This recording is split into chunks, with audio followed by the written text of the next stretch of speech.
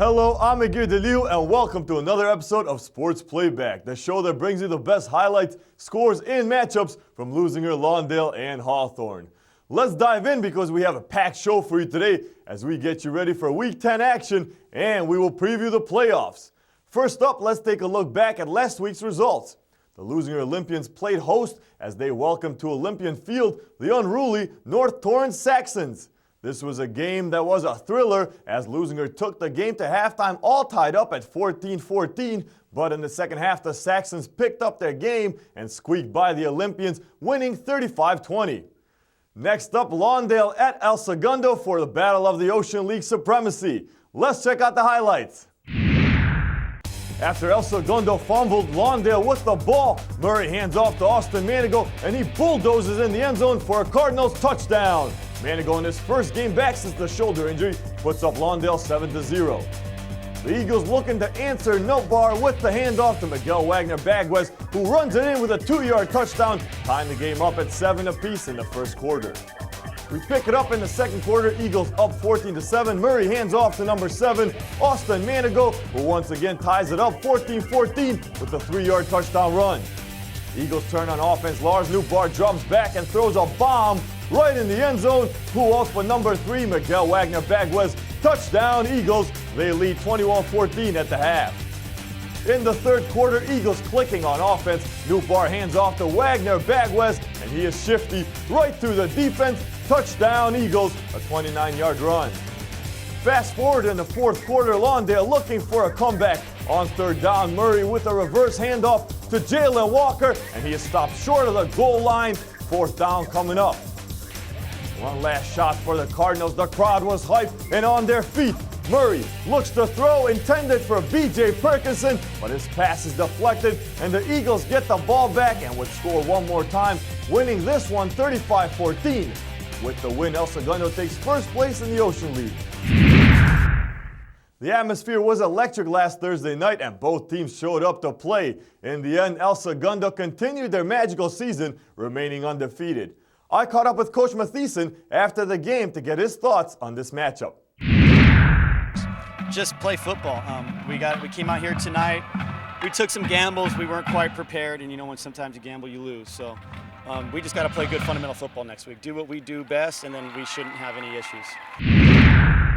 A rough Thursday night for the Cardinals, but the very next night, the Hawthorne Cougars welcomed the winless Culver City Centaurs for a Halloween showdown.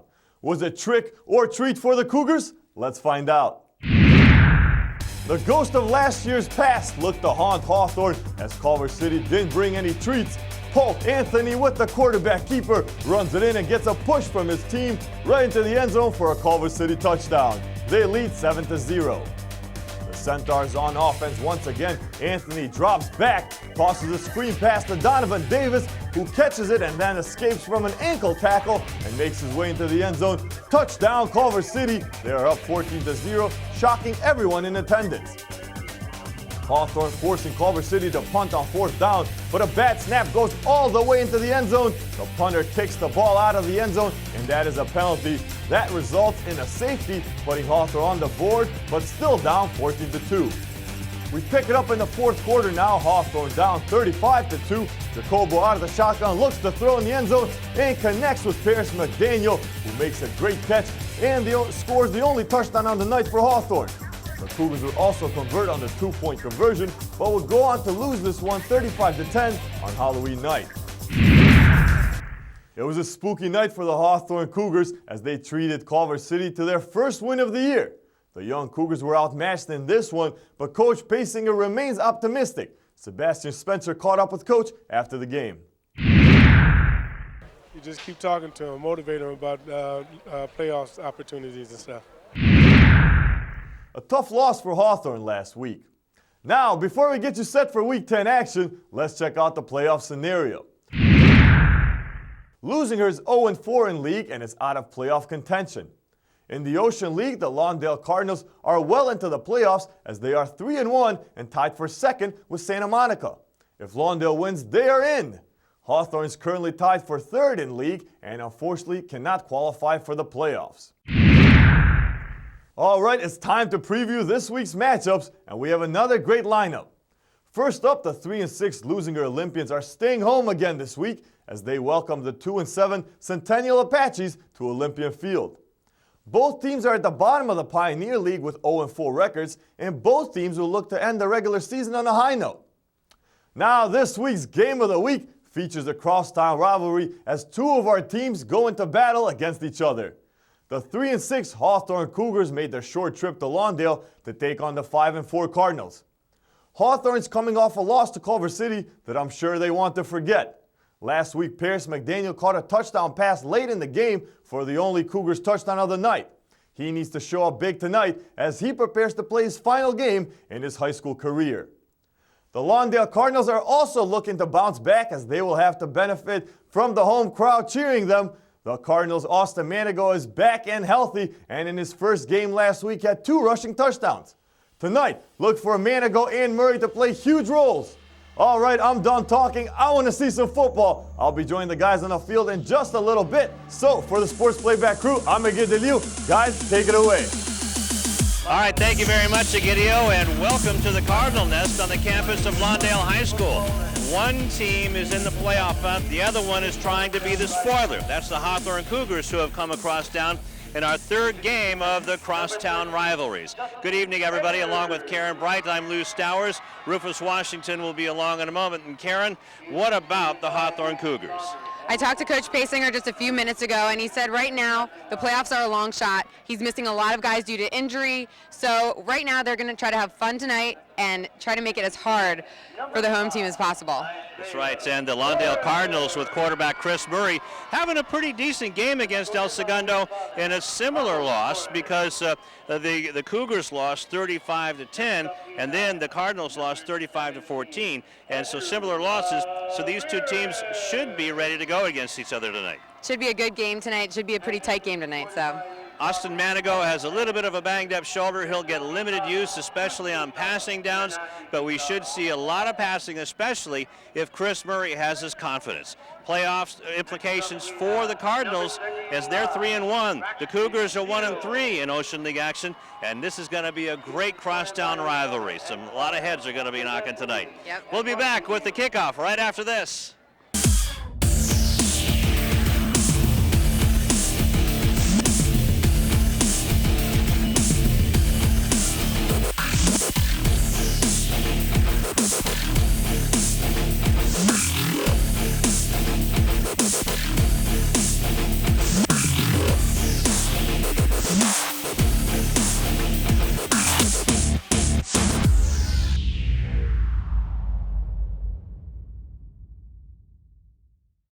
Hi, I'm Donnell Beverly from the University of Connecticut, home of the 2011 National Championship Yukon Huskies basketball team, and your Losinger Olympians.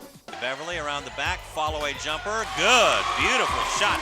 It wasn't too long ago that I was playing basketball right here. I just want to thank him for having me here. I'm honored to play here. And the Huskies are the top dog in 2011. Winning the NCAA championship has always been a goal of mine, but so is getting a great education that will last me a lifetime. You can achieve your goals too. All you have to do is work hard and dream hard, and you can do anything you put your mind to.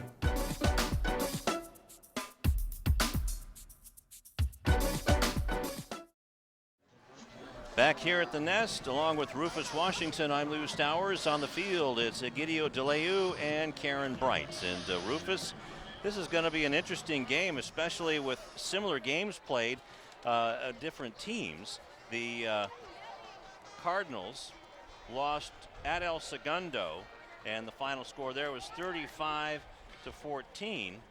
And then of course, we saw Hawthorne lose to Culver City 35-10. So similar losses. How do you think these two teams are going to react? Well, I think they'll both come out competitive, but let's note that they were similar losses against two extremely different teams. You know, going into the Hawthorne-Culver City game, the Hawthorne fans were optimistic that they were going to get out of there with a W and force a playoff-type game tonight, a play-in game, basically, That didn't happen, so their playoff dreams are dashed. However, they can play spoiler tonight because Lawndale's playoff position is not secure. Both they and Santa Monica are 3-1 going into tonight's competition. Santa Monica, we know, is at El Segundo, and of course Hawthorne is here at Lawndale.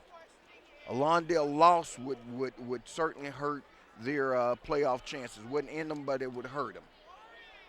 And let's go to the coin toss out of midfield with referee G. Rodney King. I expect you to exhibit sportsmanship throughout the entire game. Play the whistle. The whistle blows, that means all action stops. Don't try to take the man down. Don't try to keep running, all right? White's going to talk to white. Black's going to talk to black. I know you guys are rivalries. You're close together, but I don't want no trash talking out here. I'm nipping that in the bud right away with this. Yes, sir. All right, you'll be on the sideline. All right? Any questions about that? Okay. You're the visitors. That is tails. That is heads. What do you want to call? What? What did he say? All right, here we go. It winds up being tails. What do you want to do? You want the ball. Which goal do you want to defend? You have to pick one. I'm not going to pick it for you. Huh? Okay, stand over there. You stand over there. You guys stand over here by me. Right here.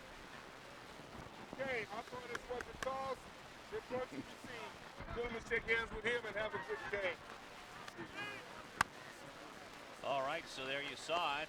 The Hawthorne Cougars win, and they elect to receive the ball. And the way the wind is blowing, well, actually, it seems like it's blowing out of the north right now. So usually it's blowing east or west. And so the wind may not be a factor that much today. It may not be, and of course, the person that it affect the most, of course, would be Lawndale, because they do feature a pretty prolific passing game. Chris Murray coming into tonight's contest with over 1,400 yards through the air, another 600 or so, I should say 1,200 through the air, and another 500-600 on the ground. I mean, he's a dual threat quarterback, but the fact that they throw the ball and throw it with a high degree of regularity, any type of wind may cause them some problems. And going back to receive the kick will be Saladin Davis, also Paris McDaniel. And kicking the ball will be Anderson Resinos. And there you see Rick Mathieson in a pretty good mood today. Actually in a talkative mood today. So, well, he's got reason to be, again, excited. A win tonight guarantees them a playoff spot. All right. Well, we have a semi-obstructed view tonight. And semi is the right word, because we can only see half the field. So we'll be, so we apologize in advance if we miss some plays to our right. So these teams come in, go over the Ocean football standings. El Segundo at 4-0, Lawndale and Santa Monica at 3-1, Culver City and Hawthorne at 1-3, and then Beverly Hills holding everybody up at 0-4. El Segundo on a 9-game winning streak. Of course, they're playing a very tough Santa Monica team tonight, and that's by no means a gimme for El Segundo. Well, I love the offensive and defensive line control. I'll put my matchsticks on El Segundo tonight as a big hit on senior night on Paris McDaniel. And that was number 19. A lot of number changes tonight as well. And we'll have to get a number change on that. And having some more technical issues up here with our headphones.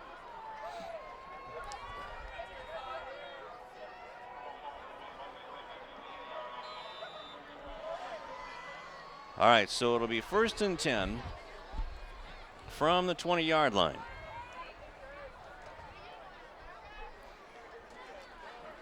First play of the game, starting at quarterback, is going to be Carlos Jacobo. And that's where we ended last week, of course, with Jacobo coming in to substitute for Maypew, who was having his troubles in the first half of that game against Culver City. And Coach Pazinger made the decision to go with Jacobo, and now we see him starting here tonight. And the first pass to James Whittington is wide and outside, so it'll be 2nd down and 10. But I like the fact, Lou, that they started out with the pass, because I think that one of the things they recognize, if you're going to create some running opportunities for Paris McDaniel, of course, should be number 5 in your program, but as you say, with all the number changes. He is still number 5. Okay. At least that remains the same, and he's out there in the far left for a flare pass. And I believe that's going to be a loss on the play, Rufus. Good defense by the Cardinals. And Rick Mathieson said he loves his guys because he doesn't care. They don't care who they play, whether it's Crespi or Santa Monica or El Segundo. They're going to play their hearts out. Back to the 16 on that one, so it's a -4 on the reception. So it's 3rd down and 14.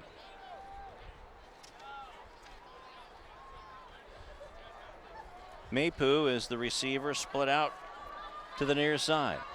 Man in motion is Davis, but the handoff doesn't fool anybody, as Paris McDaniel gets hit all the way back at the 10-yard line. And that was Isaiah Torres on the tackle. And, of course, that'll bring a smile to his dad's face. Mr. Torres has been a big supporter of his son in the Lawndale program. One of those kids that thought about maybe looking at another program, decided to stay here, and the program, both he and the program are better off for it. Jacobo with the punt. Coming back to receive it is Coleman, and it's downed by Jaleel Enriquez. So it'll be 1st and 10 for the Cardinals as they get good field position at about the 34-yard line. 10:24 left to go in the first quarter. Glad you joined us on City TV. They mark the ball now at the 33-yard line. As you see on the replay, no opportunity for a return by the special teams of the Cardinals. But we get to see Chris Murray go on offense for the first time tonight. That's right. One of the up-and-comers. This is a big game for him. Austin Manigo, a big game for him as well, playing a little bit injured with a wounded shoulder, but he gets good yardage up to about the 39-yard line. So a 6-yard gain. It'll be 2nd down and 4. Chris Murray had a decent night against El Segundo. Was 8 out of 14 for 70 yards, although he didn't get any touchdowns. He was picked off once. Out of the pistol set, first man through across the 40-yard line.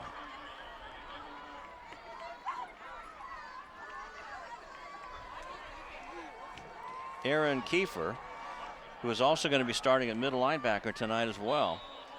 And it's going to be 3rd down and 2 after the 4-yard gain. So a good opening drive brings up a 3rd and short, which is the position you want to find yourself in more often than not. Out of the shotgun, pistol set. Manigo spins out of a tackle, has enough for the first down, no flags. It'll be 1st and 10 for the Cardinals. So their offensive line is taking control early against Hawthorne. And good initial pursuit by the Hawthorne Cougars. Actually held them up for just a moment, but that's what I was mentioning about when it's 3rd and short. All you got to do if you're a runner is just keep driving, and the greater likelihood is that you'll be able to pick up the first down. In this case, Manigo did. Jalen Walker, the receiver, split to the near side for Chris Murray with one back with him. And a double tight end set. Murray throws on the run. It's caught and out of bounds on the far sideline, and good enough for a first down for Lawndale. Again, Murray just rolling out to his right, finds a receiver who had gotten behind the defender and makes the completion. And it was enough, as you mentioned, for a first down. That was DeJuan Ballard, a 14-yard gain. DeJuan, wearing number 6, is a junior. Trips to the near side as far as receivers go. Of course, closest to us is Jalen Walker's favorite receiver, and he throws right in his direction. No sooner than I say it. And he gets beyond the 30-yard line down to the 27. Good tackling by Davis and company, but not before another first down by the Cardinals, who are mixing it up pretty good now after establishing the run. Well, again, as I said, they've got a couple of threats when they've got the football, both running and passing. And as I mentioned, with Walker being his favorite receiver, Walker coming into the game having caught receptions for a total of 412 yards. It was a 12-yard gain. Manigo fooled everybody. Gets into the secondary, down to the 10-yard line. He took off like a shot and is still moving the pile close to the 5-yard line. They're going to mark it at about the 6. What a run by Austin Manigo. And again, right now, these Lawndale Cardinals are firing on all cylinders. Man, what a hole the left side of the line created. Boy, Manigo dangerously shifting the ball from one arm to another. Again, trying to put it on the arm away from the defender. Ball loose for just a moment, but he didn't lose control of it. And as you say, it's going to be first and goal from about the 6-yard line. B.J. Perkinson comes out of the ball game. 2 receivers to the right of Murray. Manigo, the tailback. And he'll get the ball, go up the middle, fighting his way through, trying to get towards the goal line, but hits the 5 and comes back. So a gain of about 2 as the Hawthorne Cougars defensive line toughens up. They give him forward progress on the play, right, because by the time they had him on his backside, he was down about the 8-yard line. Rolling around on top was number 7, Benjamin Delgado.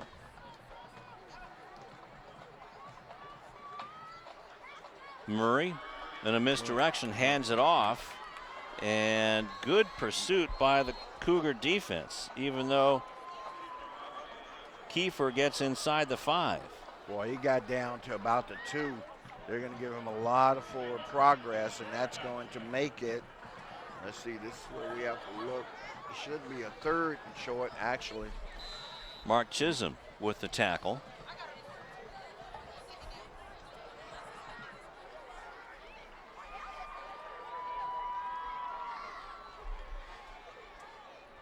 So the Cardinals knocking on the door, but the Cougars aren't letting them in. Handoff up the middle to Manigo, and he's stopped again. Well, the side judge comes in and indicates. Call it a touchdown. You're right, Rufus. Or the line judge, I should say, and indicates that it's a touchdown. Saladin Davis did his best to prevent it, but Austin Manigo breaks the plane. We'll see on the replay here. Looks like the ball gets just across. And that's all that you need is the nose of the football has across the goal line. Break the plane, as they say, it did that. So, score 6 for the Cardinals. Extra point try, and it just trickles over the crossbar by Anderson Reseños. So with 5:53 left to go in the first quarter, the Cardinals strike first on their senior night. 7-0. So a good drive put together, and like we were saying, a mix-up of plays, good passing and good running. So Chris Murray looks like he could have a good night passing. Absolutely. Well, and Austin Manigo looks like he could have a good night running. So if both of them have a good night, what that means is going to be a long night if you're a Hawthorne Cougar fan. That's right. And there's Paris McDaniel getting ready to receive the punt. A 10-play drive, Rufus, That was 67 yards. There's Roseños' punt. They keep it away from Paris McDaniel. Davis juggles it and tries to get up to the 30-yard line. Still, he's stopped there at the 30-yard line. So decent field position for the Cougars. A little bit better than what they had. Let's see if they can go forward this time.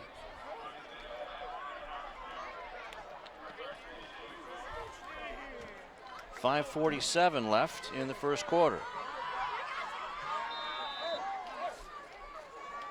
And this time, again, this is one of those situations that you see so often. It's early in the ball game, but if you're the Hawthorne Cougars, boy, you've got to control the ball right now, control the clock, and you want to work your way into the end zone. McDaniel, one of the slot receivers, this is going to Maypool, but it's picked off by Walker. Walker down to the 30-yard line, going for the end zone. He's going to go. Touchdown Cardinals on the interception. Let's call it a 45-yard return. But we've got laundry on the field. There are flags there. Let's see how this impacts this score. Well, if it's an illegal block, that's what they're calling it. That's what G. Rodney King said, an illegal block. But the turnover stands. As there you see it. So Jalen Walker's return comes back. Can we see that one more time, Tom? And if you're a Hawthorne Cougar, you hate the interception, but boy, you sure do appreciate the fact that there was a flag on the play and the touchdown won't stand. That's right. So that was pretty much right in front of us. We're going to call it an interception at the 45.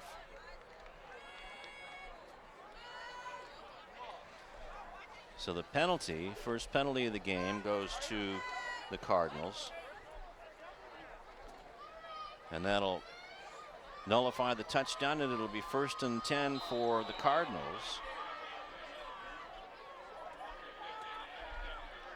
5:35 left at the 31-yard line. Back to pass is Murray. Murray going for the touchdown. Man, Walker wide open, touchdown. Wow. So Walker goes, if I don't get it one way, I'll get it the other way. Walker, of course, had returned it for a touchdown. What can I say? The kid's favorite receiver. That was a 34-yard touchdown pass. It would appear looking from where the yard mark is. You're right, 34 yards.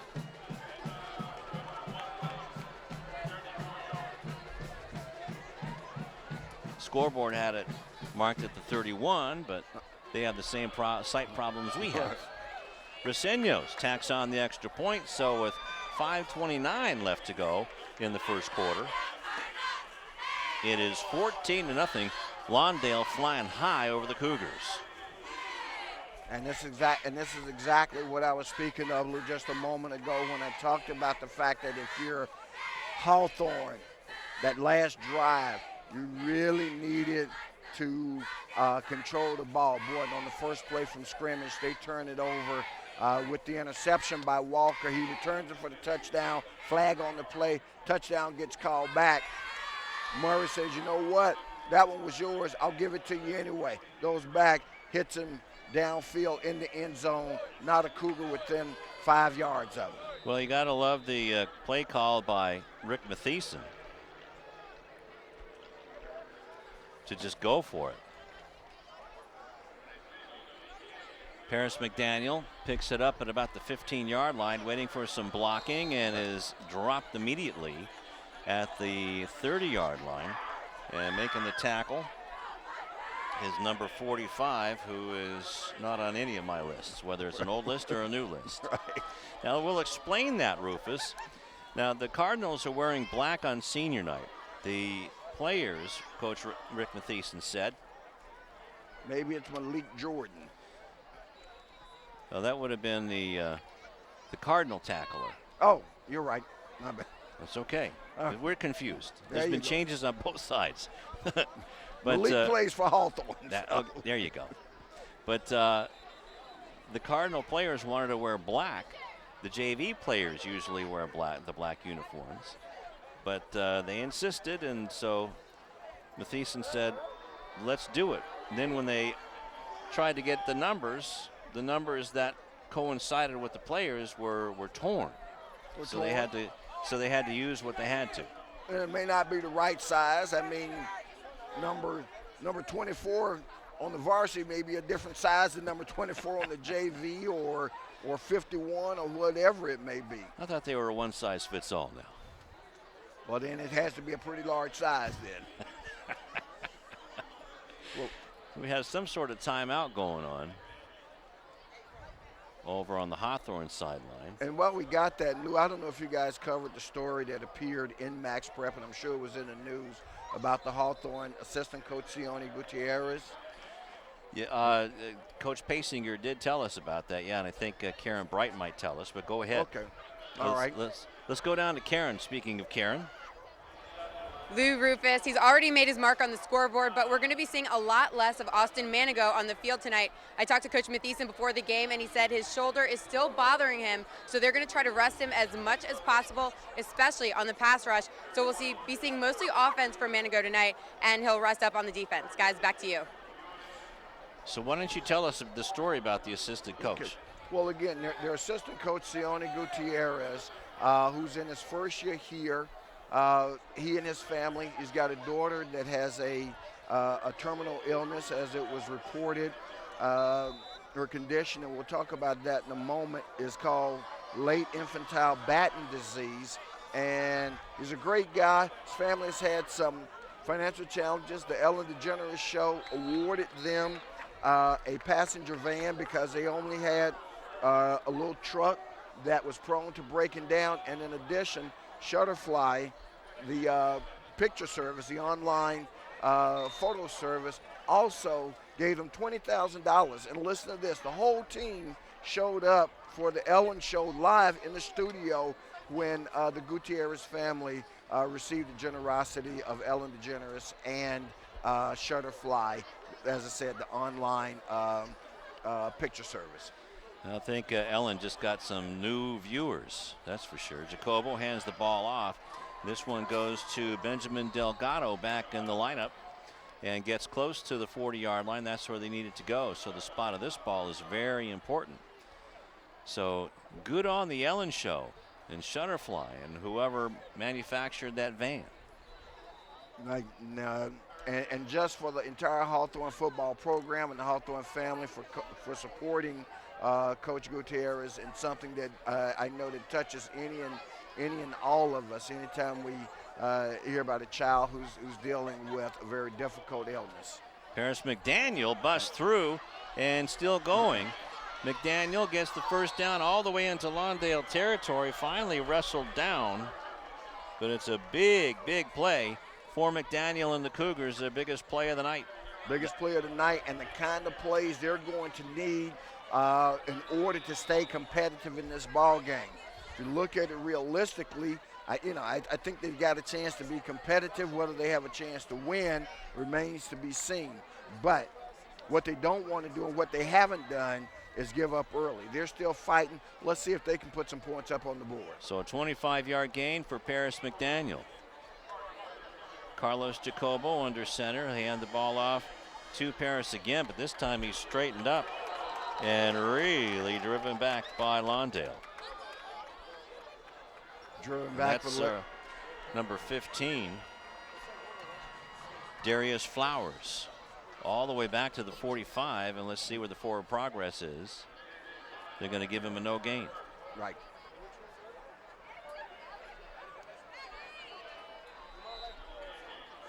For fans who don't understand that, basically, if the runner is moving forward at the time he's attacked and driven back by the defenders, he gets that forward progress. Now, if he retreats on his own and is dropped, then he's dropped for a loss in the backfield.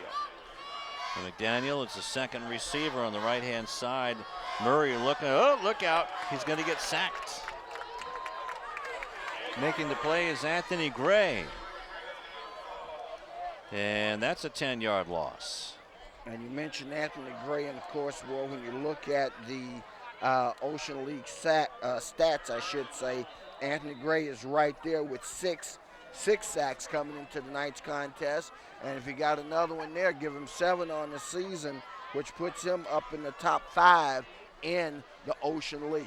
Officially, yeah, we'll call it a loss of 10. So it is 3rd down and 20. So the Cougars are going 1 step forward and 3 steps back. Jacobo swings it out, but that's going to be called incomplete. And I think this will be an interesting decision for Coach Pasinger. Looks like he's going to go ahead and kick it away. That was intended for McDaniel. Well, you really have no choice here at the 45-yard line. I mean, if it was at the 35, then you'd have a decision, I think. That's well, I'm just going by what I saw last week. It's still early. You got 1:53 left to go, and you have 2 pretty evenly matched teams. As long as there's 12 guys out there. Jacobo's going to punt the ball away and does it with the left foot. Rugby style, as they say. And takes a Cougar bounce where it's down by Mapu. And it'll be 1st down Cardinals with 1:42 left in the 1st quarter. 142, and there's a McCall Hall sighting here at the Cardinal Nest. Cut Spencer showed up too. Hey, now you really got a party. Because ain't no party like a Cut Spencer party. That's it. I see. I would agree with you, but I don't remember. Trips to the left side for Chris Murray. He's going to go to the left, now over the middle, and it's tipped. Pass was intended for B.J. Perkinson. But Benjamin Delgado, number 7 for Hawthorne, got a hand on the ball and knocked it away. Well, what a difference he's made already, Rufus. And there are a lot of but Cardinal fans here tonight. Looking over to our left, Lou, I see Chimizi Mitu over there. Yep. Among others. Chris Brownlee. Chris Brownlee is the PA announcer, his head coach. Okay. 1:39 left in the 1st quarter. Austin Manigo to Murray's left. Hawthorne defense looking to make a play here, and they do. They bring down Murray after a very short game, if any at all. Looks like there was none on it, so that's good for them. Delgado making the tackle, but it was Mark Chisholm who flushed him out with a good pass rush. So no gain.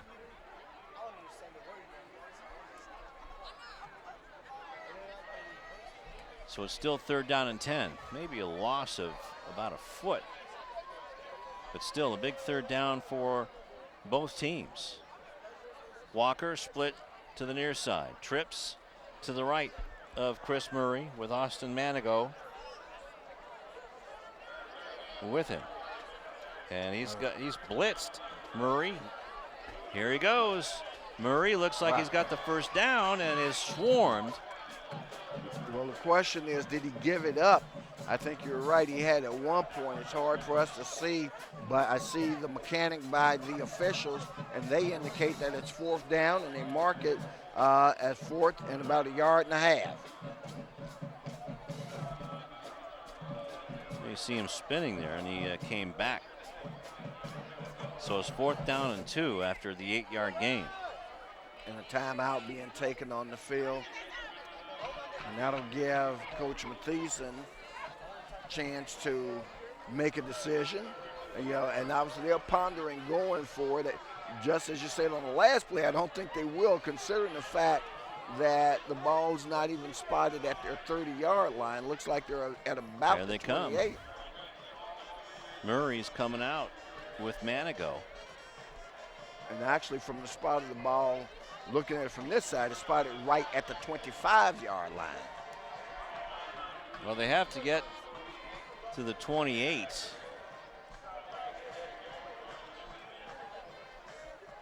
But it looks more like 2 yards to me from where the yard marker is. I would agree with you. But let's see, a big 4th down play. It'll give Hawthorne big field position if they can stop Murray and the Cardinals. They hand it off to guess who? Austin Manigo, and they stop him. Somebody really bashed him at the line of scrimmage and pushed him back. And we'll see if we can see on the replay. That was Delgado. Benjamin Delgado. So on a mano-to-mano play, Lawndale decides to go for it. Hawthorne stops him. Let's go down to Egidio. Thank you, guys. Well, a different look for the Lawndale Cardinals here tonight. You might notice the black jerseys. Asked Coach Mathieson what the reason was, if there was a special reason for it. He said the players been bugging him all year long to wear the black jersey, and he finally gave in here tonight on senior night. A very serious look for the Cardinals. They have a very serious lead, 14-0 over Hawthorne. Guys, back to you. Jacobo hands it off to Paris McDaniel and dives, not gaining a whole lot, maybe nothing. And here's the point, Lou. So if you're Lawndale, you've got the ball at the 25-yard line, 1st and 10, best field position. Excuse me, I said Lawndale, it meant, of course, Hawthorne. Best field position of the night, as it would appear that the first quarter has ended. But this is your opportunity. They've had a couple. This is their best, and you can't afford to squander this opportunity right now. You made a great defensive play that gave you a lot of positive momentum, gave you a good feeling going off the field when you were changing from defense to offense. Now the question is, can they capitalize on this emotional surge? Well, they might want to try to turn the tables and go for it on one play. I mean, that would be a huge confidence builder for Hasinger and his Cougars. Oh, I think you're exactly right. And of course, Jacobo already having thrown an interception that led to a score may have him just a little bit shy about pulling the trigger on the passing game. But as I said at the top of the broadcast, you've got to utilize the passing game to create some running lanes for Paris McDaniel and your other running backs. Well, here they go. It'll be out of the eye, a USC set. Double tight end set with Delgado, the fullback, Paris McDaniel, the tailback, dotting the eye. Mapu is the receiver to the near side.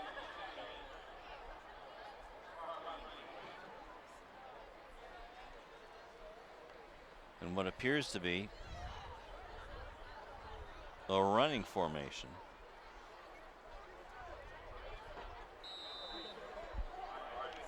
Tight end is Diego Jimenez on the right.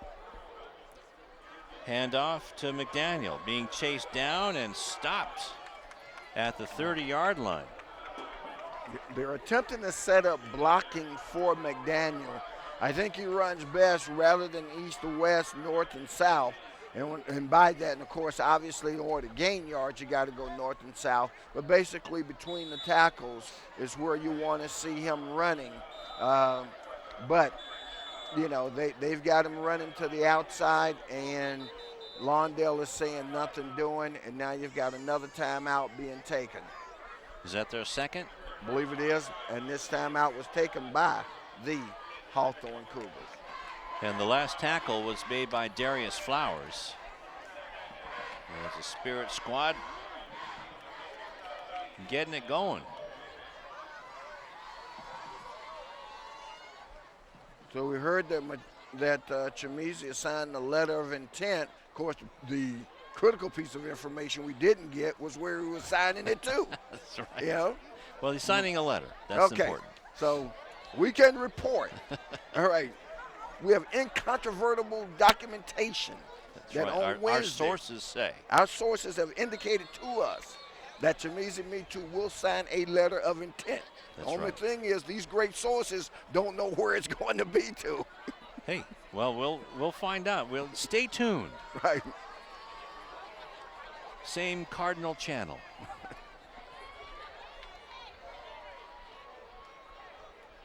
Just about ready to get things underway. It's going to be 3rd down and 15 for the Cardinals on the second play of the second quarter. Trying to get more than 10 guys on the field. 2 receivers to either side of Jacobo. Throw across the middle, and it is in and out of the hands of Jesse Guerrero. Should have had that one. And 4th down, and obviously here they will go for it. Of course, it would be a 47-yard field goal attempt. Although we like the kickers on both of these teams. Nick Fiore for the Cougars and Anderson Reseños. That's probably a little bit farther out of their, too far out of their range. So on 4th and 15, the Cougars are going to go. Murray looking to the right, over the middle. It's caught, and maybe back to the 25-yard line.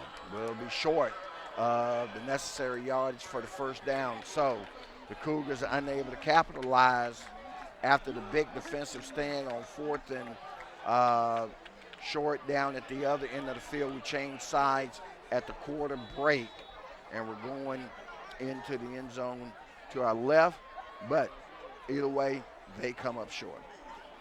So it's turned over on downs with 11:45 left in the first half. Lawndale takes it from their own 24. 3 receivers, trips to the left. Manigo, oh, look out. Wow. Murray had to take a dive because he was sacked, Rufus. Looks like that was Mark Chisholm, number 56, in on the sack.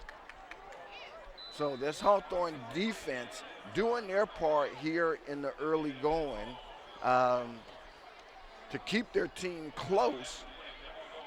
After having given up the early score, they've stiffened their back, but the offense just hasn't matched them yet. Chisholm's been in the backfield quite a bit. This one's lofted and complete, but not a whole lot of yardage for B.J. Perkinson. There might be another loss on the play. That goes back to the 15-yard line, so the defenses are really on top of their game, because that one was just had too much air underneath it. And good tackle there made by DeJuan Ballard. So another 5-yard loss.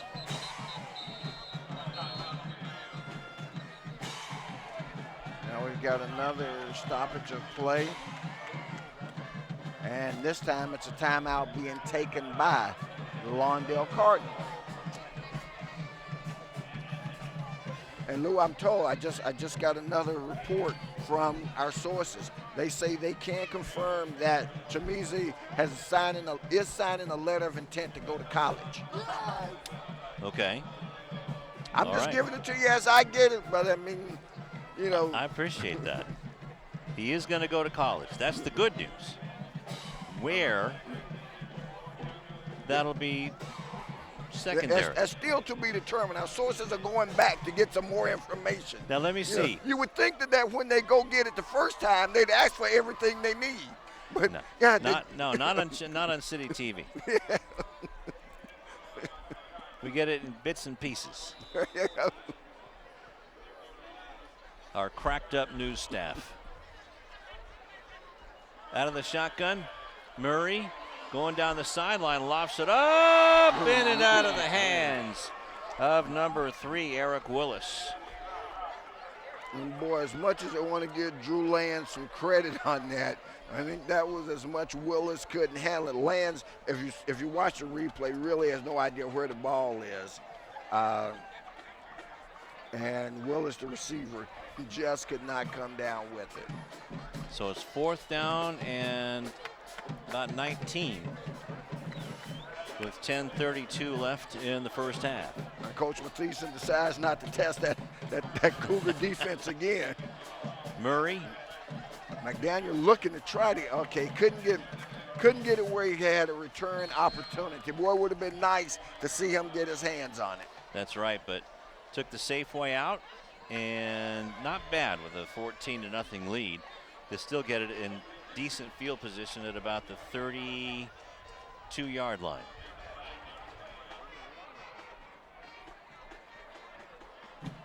So with 10:32 left, Lawndale gets it back.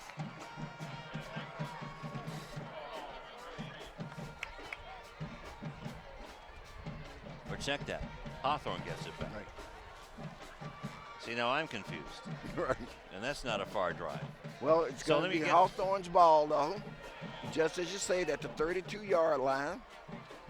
And we'll see what they can make happen for themselves. You know, going back to the uniform thing real quick, just so the fans understand. In football, apparently, and I don't know whether there was a penalty assessed, I'm going to assume that you can make that change. In basketball, the home team, by rule, must wear white, okay? There's not a choice about we want to put on our black uniforms tonight. And the reason that usually stands is because the visitors know that, and they come in their dark uniform. Right.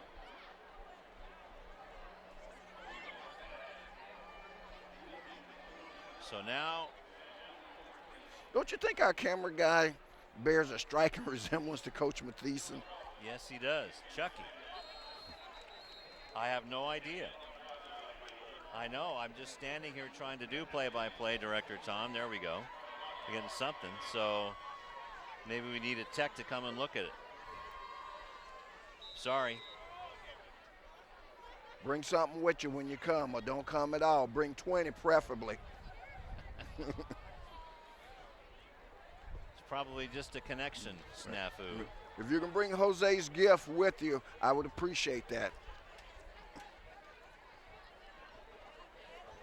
So it's 2nd down and 9. McDaniel gets the ball and no gain. Maybe even a loss of. So we're going to get a loss of. So it'll be Well, we're really, down and 10. with us in the short term changing headsets help you any? Let's see. Self.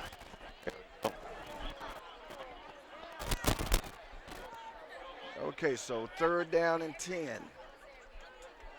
I'm out. They keep it on the ground for no gain, and that's going to bring up a 4th down.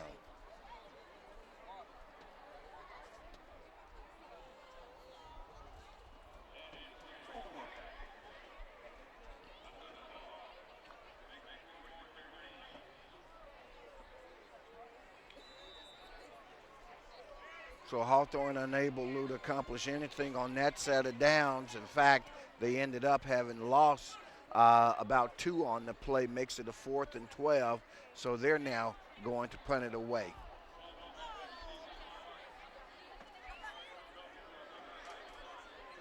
Good looking punt by the Hawthorne special teams team. Now takes a backward bounce, and so they'll down it at the 38-yard line, where once again the Lawndale Cardinals, led by number 7 Chris Murray, go on offense, looking to seal up one of the 2 guaranteed playoff spots that will be awarded to the Ocean League. They own the tiebreaker with Santa Monica because of head-to-head competition, where they beat Santa Monica a couple of weeks ago, as we all know, right here in one of the most stunning victories we've ever seen on CityTV. They beat them by a score of 20-19 on virtually the last play of the game.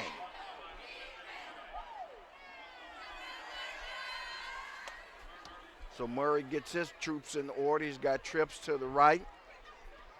Here's the snap. He drops back, looks right, looks left, goes over the middle, hits his receiver, but boy, a big hit put on him by number 5. That's Paris McDaniel. I shouldn't have had to look at the program for that. And the receiver momentarily shaken up, looks to be getting up on his own power. Of course, that was number 4 for them, and that is none other than number 4 for Lawndale. We'll get him in a moment. And, of course, that's Ryan Rothman.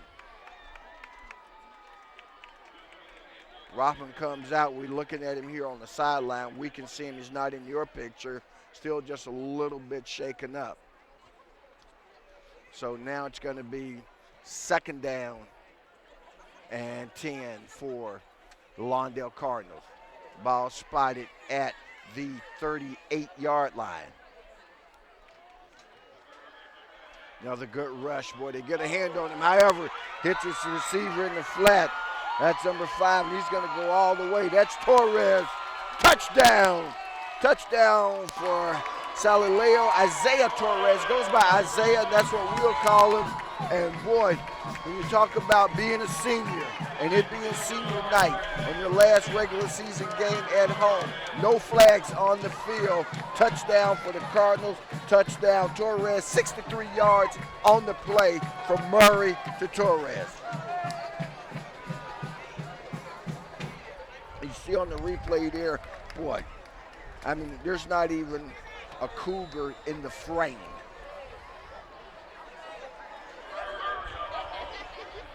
Comes the extra point attempt. Kicks up. Boy, this one's an adventure. It's been an adventure all night. That one falls short. But nonetheless, that makes it here in the 2nd quarter at the 7:53 mark.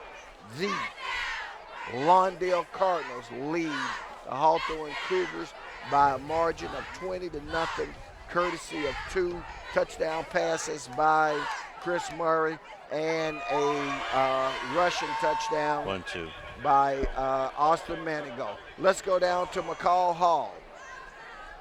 All right, you guys, it looks like an Olympic-style track meet down here. Lawndale's offense is on fire, but I found out why. Most of the guys on the Lawndale team are on the track team in the offseason. However, I have another interesting fact. For the first time in about 17 years, the Hawthorne Cougar program has not made track an off-season requirement. So it looks like it's actually making a difference. And I'd be willing to bet that next off-season, Hawthorne will be back on the track. Back to you guys. All right, thank you very much, McCall. And that wasn't us, was it? Nope. Okay. And the kickoff is taken by McDaniel. Gets up to about the 25-yard line, so it'll be 1st and 10 for the Cardinals, or check that, the Cougars at that point. You see Parrish bringing it back and runs into number 45, and that's a number change we didn't get. So Murray to Torres, a 63-yard pass, 3 plays, and didn't take a whole lot of time. No, it didn't. But then again, it never does. So here comes Hawthorne, trying to get something going here with 7:47 left. I'm going to call it a 40-second drive.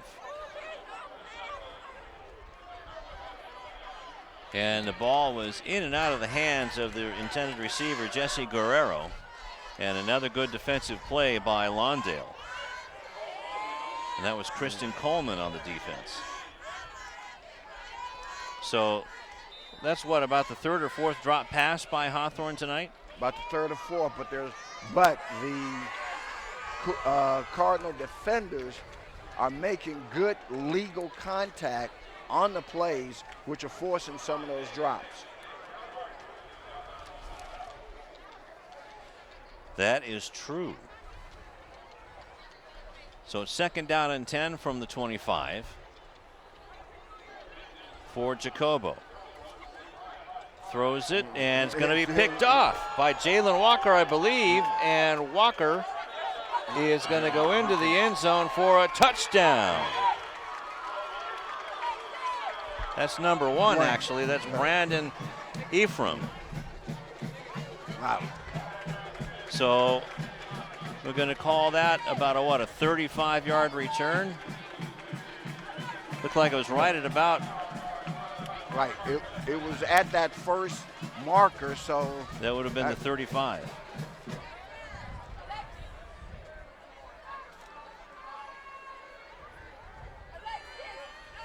So a 35-yard touchdown return, and Anderson Reseños coming on to tack on the extra point.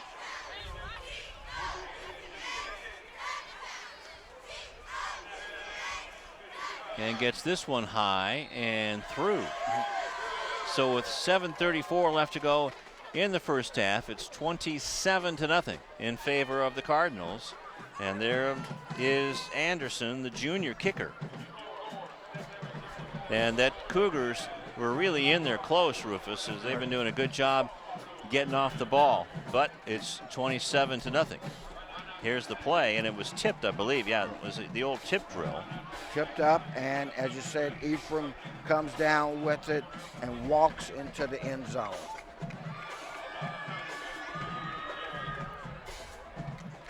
And as you can see on the scoreboard there, we still got 7:34 left here in the first half, and it's already 27-0. And I think it would not be presumptive of me to officially declare that Lawndale has earned that second playoff spot for the Ocean League and will be playing somewhere next Friday night. Paris McDaniel gets tackled at the 25-yard line.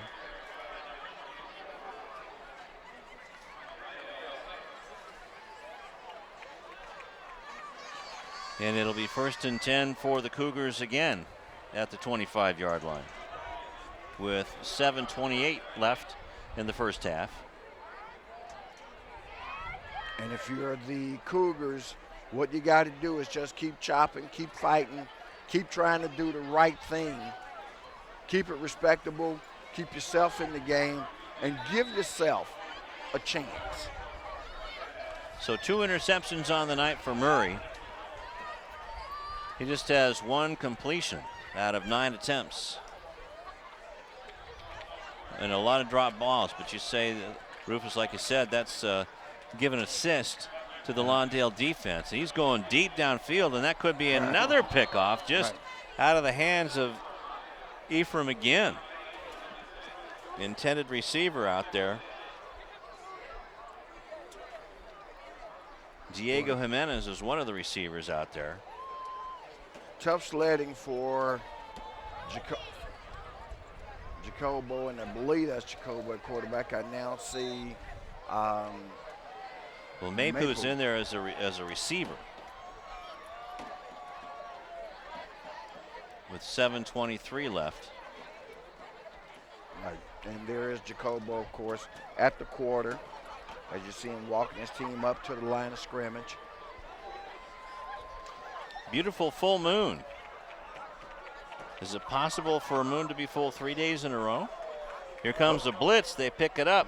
And McDaniel would have turned the corner, but he slipped, and then Darius Flowers said, that's enough. Yeah, and that's what it was. That was a slip, boy. And in fact, looks like that may have been number 9, Saladin Davis, with the carry. And there we see a shot of that full moon. That was Davis, as we see on the replay. And boy, he just lost his footing. Unfortunately, field conditions not the absolute best, although the field is in pretty good condition. The field's in good condition, Rufus, but it's just dry out. And with the cleats on there, it gets pretty slick. 1 week it's muddy, one week it's dry. Guys can't catch a break out there. This is Paris McDaniel trying to go up the middle and is met just after the line of scrimmage. Gets a couple. Getting up off the bottom of the pile is Torres. And so 4th down coming up, 4th and long. boy, this is like 4th and 6. So I got to believe that Coach Pasinger is going to kick this one away. And he does send on the punt unit. So that means Jacobo will be in punt formation, so don't discount a fake. I don't know if you'd want to do this with 5:50 and counting left to go in the first half. No, I think you better play him pretty honest right now. Yeah, if you want to have any chance of coming back, making some adjustments. But now we have a timeout on the field. There's the final timeout, I believe, is burned by Hawthorne.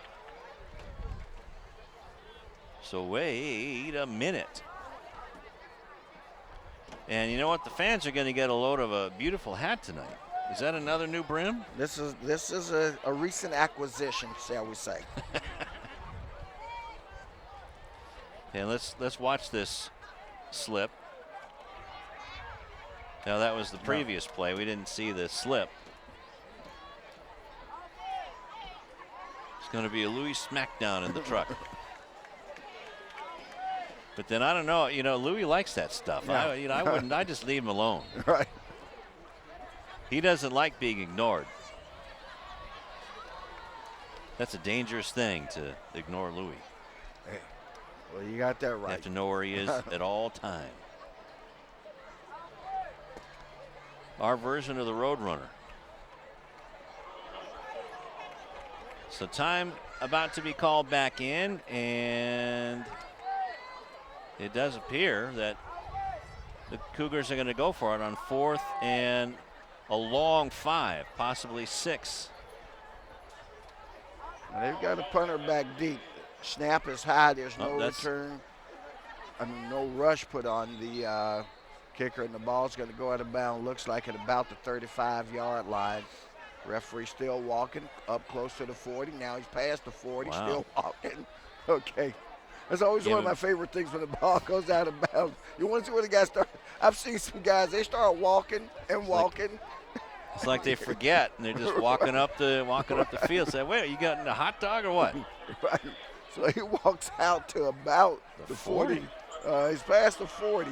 Man, they're going to spot it at the 42-yard line near the 43. That's a break for Lawndale.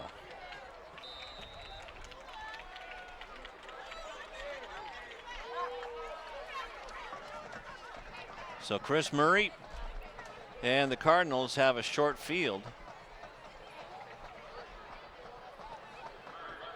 As Murray,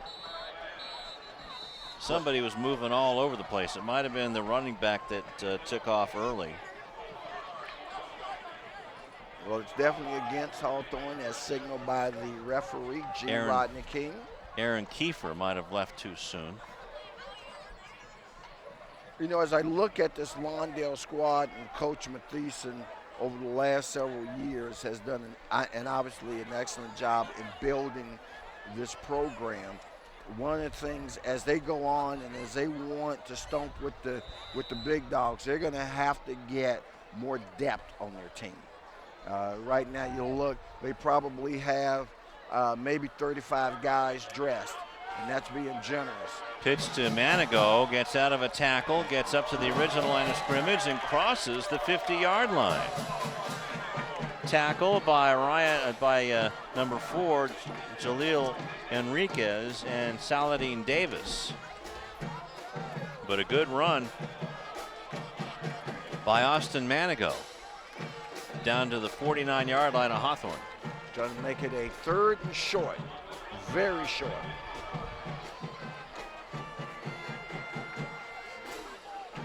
So call it a 9-yard gain for Austin with 4:58 left in the first half. Ball goes to the fullback and bowls his way. Appears to be a first down, but we'll see where the mark is. And they move the chains. Now with the 5 yards, they were penalized. Would that be 14? That would have been a 14-yard gain. You're right. My bad. So it's 1st and 10 for the Cougars at the 47-yard line, let's call it.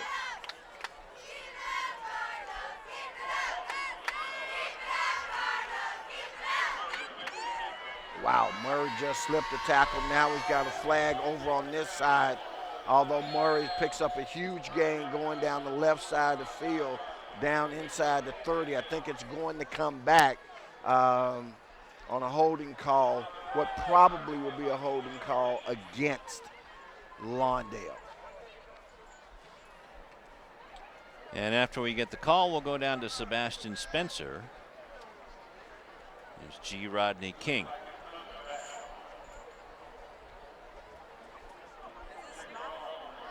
And it is a hold against Lawndale, so from the spot, it appears to be around the 37, goes back to the 47. Let's go back down to Sebastian.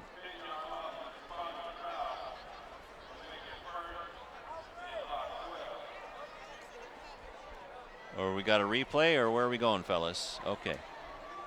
Wait. Okay, we're going to look and see if we can see the penalty on the play. Would happen somewhere in the crowd where we didn't get a good look at it, but the linesman had a good bead on it, and he threw it, and so that brings it back. So it's 1st down and 12 instead of 1st and 10 from about the 30. And now we've got another timeout taken on the field, and that's going to be taken by Hawthorne. Now let's go down to Sebastian.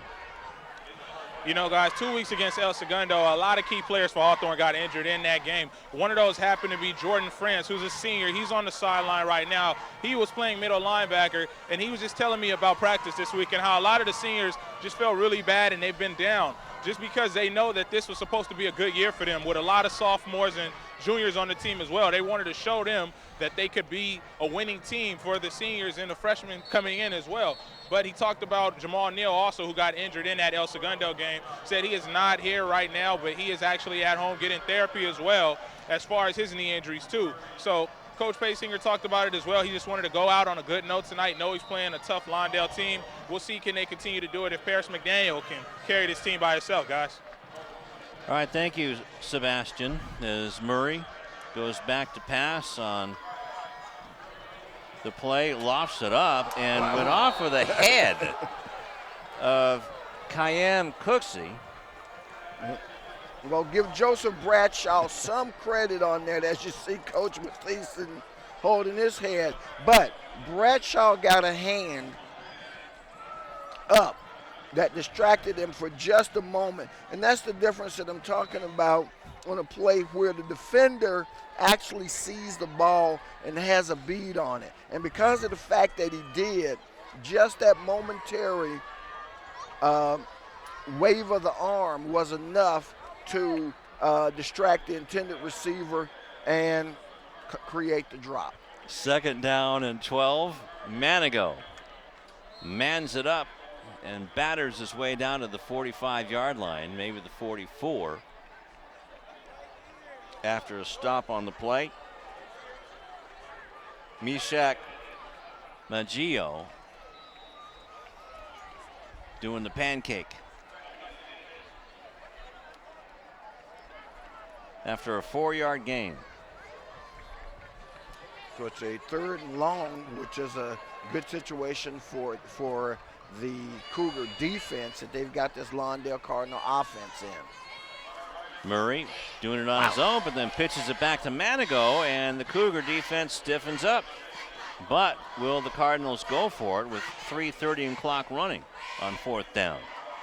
Davis on the stop, down to the 42-yard line. And man, that was a beautiful option play run that time by the Cardinals. I mean, Murray held it to the absolute last second, and that's what makes the option play so effective when you're able to do it. He gave the pitch as he was hit, didn't get a lot out of it, but the execution was outstanding. Looked like the old Jarvis Redwine days.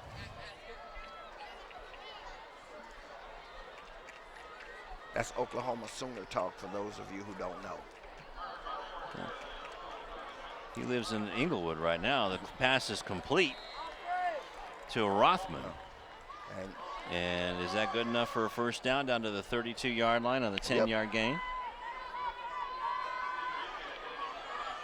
Rothman with his first catch of the night, and it is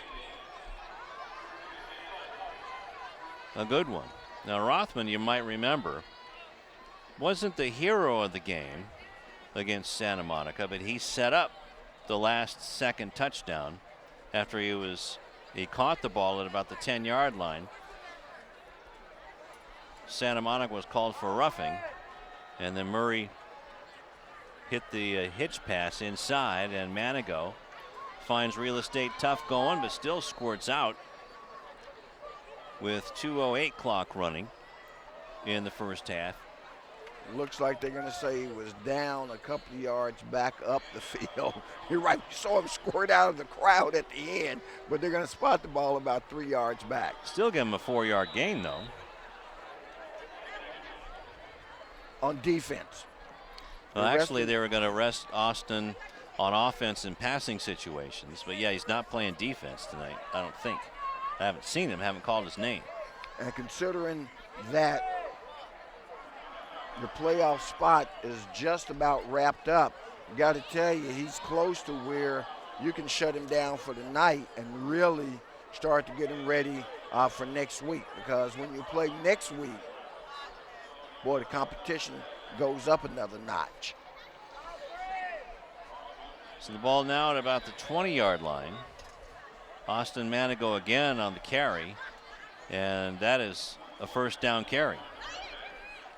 Clock running with a minute 18, and it's moving left here in the first half, which they lead 27-0. Pistol set. Perkinson with it, and he runs around and down to close to the 5-yard line and is finally tackled. And they stopped the clock because he picked up the first down. It's inside the 10, so they dropped the chains, and we'll just see the down marker, but it's going to be first and goal now for the Lawndale Cardinals. B.J. Perkinson with his first carry, Rufus. Haven't heard a whole lot of him over the past few games, but it's good to see him out there after the 13-yard gain. 40 seconds and counting. High snap. Murray does the pitch to Manigo. Here he comes, races towards the end zone and falls in. Touchdown! Touchdown Lawndale. Austin Manigo with a 7-yard score. That's his second of the ball game. With 30 seconds left on the clock. And another long drive by the Cardinals. That one was about 5 minutes and 9 seconds, Rufus. And you've got Manigo with a couple of touchdowns. You've got a couple of touchdown passes by Murray. In fact, a total of 97 yards just on touchdown passes. He's got more than that total, and you've got an INT return. So they've scored just about every way you can offensively. Special teams, well, defense actually. Offense, defense, on the ground, through the air. So Looks like, I'm sorry. The PAT was good.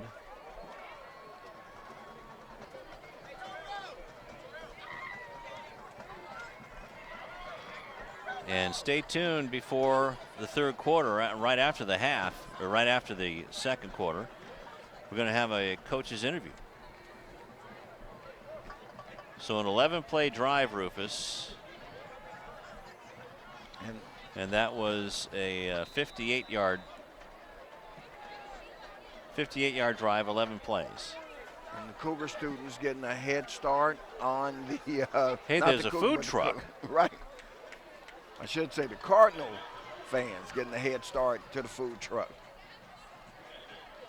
And kick returner somehow got out of that and gets all the way up to the 40-yard line. That was Saladin Davis with 21 seconds left. That's just in time for a Hail Mary. Well, at least a couple. You only need one to collect, but I got to tell you, I think every time I put it up, it'd be toward the end zone from here. And the Cardinal defenders think the same thing. Kristen Coleman playing way back. Yeah, they've dropped 3 guys back in the secondary. You don't often see that. I would make them think about it. I mean, there are a couple of different offensive sets you could run. They're going to do that. I'd put doubles on each side. And Jalen Walker and B.J. Perkinson also playing almost an outfield. And good run defense. Davis is tackled by Torres. And that looks like a no gainer. No gainer, and that looks like a loss. So in the first half, clock's running. Hawthorne's out of timeouts. Lawndale's not going to take one to help them out. So we'll end the half. Boy, in a half that's been dominated thoroughly by the hometown Lawndale Cardinals. Boy, as they lead by a margin of 34-0 over the visiting crosstown rival Hawthorne Cougars. Well, I mean, just complete domination by the Cardinals. That's right, and well, Hawthorne, well, they did have their chances, but we've been saying this Cardinal defense has been getting it done on both sides of the ball tonight. Let's go down to Karen. Coach, before the game, you talked about mental mistakes last week. Tonight, we've seen so many plays where your team has shown extreme focus. How do you feel they're playing tonight? Pretty good. We started a little rough. They came out in something we hadn't seen on film. So we had to figure out what that was and make that adjustment. And once they made the adjustment, we were fine. I mean, we still had some drop balls, some missed blocks, but that was, some mental mistakes and partly them coming out with something a little different for us tonight, which we hadn't had an idea of, but they definitely caught us off guard a little bit, and we were able to adjust. And what part of that caught you off guard? The defensive front was a little different. Usually they show up in their 40 front tonight, and they're in 50. They're loading up the box. They're trying to stop Austin and Murray from running up the middle. So we had to fix our pass blocking scheme a little bit, and we got to try to get outside on them. And that's where Murray and Austin are going to be the most effective, is when they're out in space. Thanks, Coach. Thank you. Guys, back to you. Dare I say, a kinder, gentler Coach Mathieson? Well, when you're up 34-0 at home, senior night, a chance to treat the fans, and you've got a playoff spot locked up, you can afford to be kinder and gentler. No. All right, we'll be back with the third quarter action. Well, there is some things going on at halftime, but we'll see if we can get your report. If not, we'll see you at the third quarter. And it is a crosstown rivalry game here on CityTV.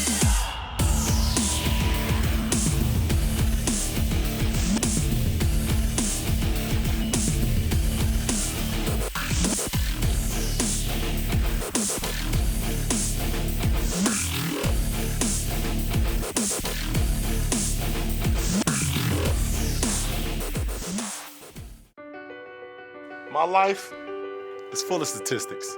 Thing is, I could have dropped out of school and become one myself, but I didn't, because I had people that believed in me. Here's another statistic. 7,000 students drop out every school day. That's 1 every 26 seconds. It's time that students know that we believe in them. Inspire a student and share your message of support at boostup.org. All right, just before the third quarter, I want to thank you for coming back for the second half of the Lawndale hosting Hawthorne game. Lawndale looking for a playoff berth in the Ocean League. And in the passing department, let's start off actually the rushing department. Paris McDaniel, 8 carries, only 21 yards. Rufus, only 2 of those carries for 30 positive yards. So that's how rough the Lawndale defense has been on him. Jacobo is 1 out of 10. For 2 yards net and 2 interceptions, 1 return for a touchdown. On the other side, Austin Manigo is the man. 12 carries, 76 yards, and 2 touchdowns. Chris Murray, 6 out of 10, 118 yards and a touchdown. 1 to Walker, 34 yards. Torres for 63. Brandon Ephraim, 35-yard interception, return for a touchdown. And also want to congratulate, we talked about it, and talked to Chris Brownlee, the head coach that's in the basketball team that's in the press box. Shemezi Metu is going to sign a letter of intent to USC. All right. And then Broderick Jones is going to sign a letter of intent this Wednesday at San Diego State. And Chris White is going to go deep in the heart of Texas at UTEP. So Akil Quinn is going to welcome in Broderick Jones as an Aztec. That's gonna be a nice twosome there. Yeah. Quinn though he might has have to be close to being a senior, certainly a junior at least. He'll be a senior this year already? Yeah, it's been a while. Man, where does the time go? It flies, my brother, but every year brings a new generation, and for these young men, particularly Chamizi Mitu, who has been with the Hawthorne program, Lawndale program, excuse me, please, for the entire 4 years of his high school career. It's great to see him being recognized as a next level talent who's a Pac-10 talent, Division I talent, and boy, night in and night out, we're going to get an opportunity to watch it not only by going up to the Galen Center or on the Pac-12 network. And I said Pac-10 because some of us are old enough to remember Pac-10. Or Pac-8. Exactly. But a Pac-12 player, so it's going to be a lot of fun. But, hey, you could go over to Poly Pavilion and watch them, too. We've got another season, though, to watch them right here on Lawndale's campus for free. See, when we start going those places, man, we got to drop some coins in the box. Maybe you do. Ball is pooch kicked, and it's taken by Lawndale. And all the way down into Cougar territory to the 40-yard line about. And that was Eric Willis, who switched to number 3. Okay. And Danny Hernandez is wearing number 45, was wearing number 40, but now he's wearing number 45 tonight. I found that out. That's why I went in the press box in the first place. And boy, he almost broke that one for a touchdown, man. A nice return, gets it down to the 30-yard line, where it'll be 1st and 10 for the Lawndale Cardinals. And we'll see if Manigo is out there with Murray. Hitch pass, and we have a flag on the play. B.J. Perkinson avoids a tackle. That might be an illegal block or a hold on Rothman, but we'll wait and see after the completion. The official, the referee, I should say, G. Rodney King, will let us know in a moment. 3 penalties for 30 yards for the Cardinals and no penalties for Hawthorne. And that's going to be a holding call against the Cardinals, so that'll back them up 10 yards, repeat first down. And wipe out the completion. So from the spot of the foul goes back to the 39. They've got to get to the 19, so it happened right at the line of scrimmage. So it makes it a 1st and 20.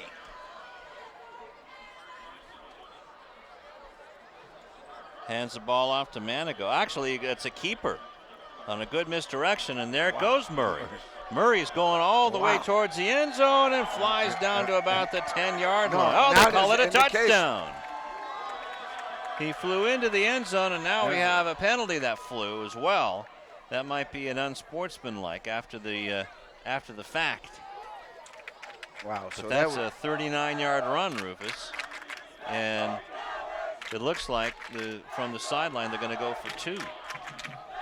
And that's right here at the 11:24 mark. So, boy, this is right at the start of the second half. Good misdirection on the bootleg or the quarterback draw by Murray, and he just outruns everybody. Slut in home. And I told you early on that, you know, not only was he one of the leading passers in the Ocean League, he was also one of the leading rushers. And, in fact, he was the second leading rusher with 761 yards.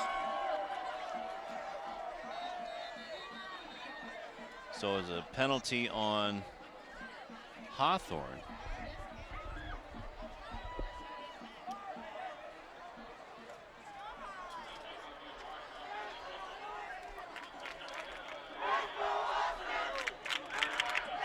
Unsportsmanlike conduct on Hawthorne. Well, that's one of those they'll assess on the kickoff then. Over the middle, B.J. Perkinson, 2 points. So 42-0. And that'll get the clock to running. That was a 39-yard TD run by Murray with a 2-point conversion to Parkinson. So that was a similar pass that won the ball game against Santa Monica.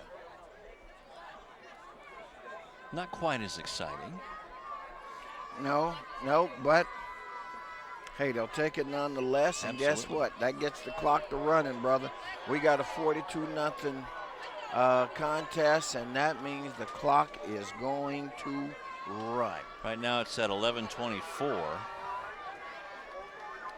So it was a 36-yard or 36-second drive that covered 39 yards in officially one play. And you can see the penalty enforcement. They'll be kicking off from the Hawthorne 45-yard line. So this should go into the end zone. Stop short of the end zone, so it's in play. Picked up by Davis, spins his way to about the 18-yard line where it'll be 1st and 10. And the clock stops with 11:19. Going to spot it at the 19-yard line.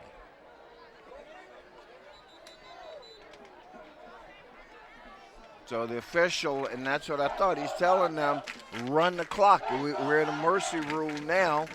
There's no reason for the clock to start. Should have been running on the last play. So, let's go down to Egidio DeLeu. Thank you, guys. Well, after that big 40-yard run by Chris Murray, making the score 42-0, some of the players on the sideline said, this is way too easy, and it is easy. They're up 42-0. What more can you ask for? And also earlier, the athletic director for the Cardinals said he's very excited that they're going to be playing Lawndale football next weekend as well. Guys, back to you. Well, they got to win it first. I mean, the final whistle hasn't sounded yet. It ain't over till it's over, as the old philosopher Yogi Berra once said. And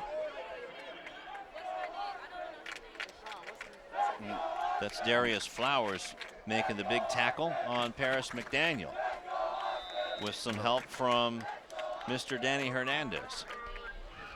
So a loss on the play of a yard. Well, I'm going to just say Yogi never saw these Lawndale Cardinals play. That's true. Or maybe he never saw these Hawthorne Cougars play. That's right. Got to be fair. It's like another baseball philosopher, Sparky Anderson, said, I've always been fair to writers. Without the adjective in there. Another loss on the play. Paris McDaniel's just getting roughed up tonight, Rufus. Yeah. That's Darius Flowers again. This one is a 2-yard loss. So we're going to make that a 3-yard loss. 2. Back to the 16. Well, I wonder if one of our crack reporters after the game will ask Coach Pasinger what he thinks of Murray's performance.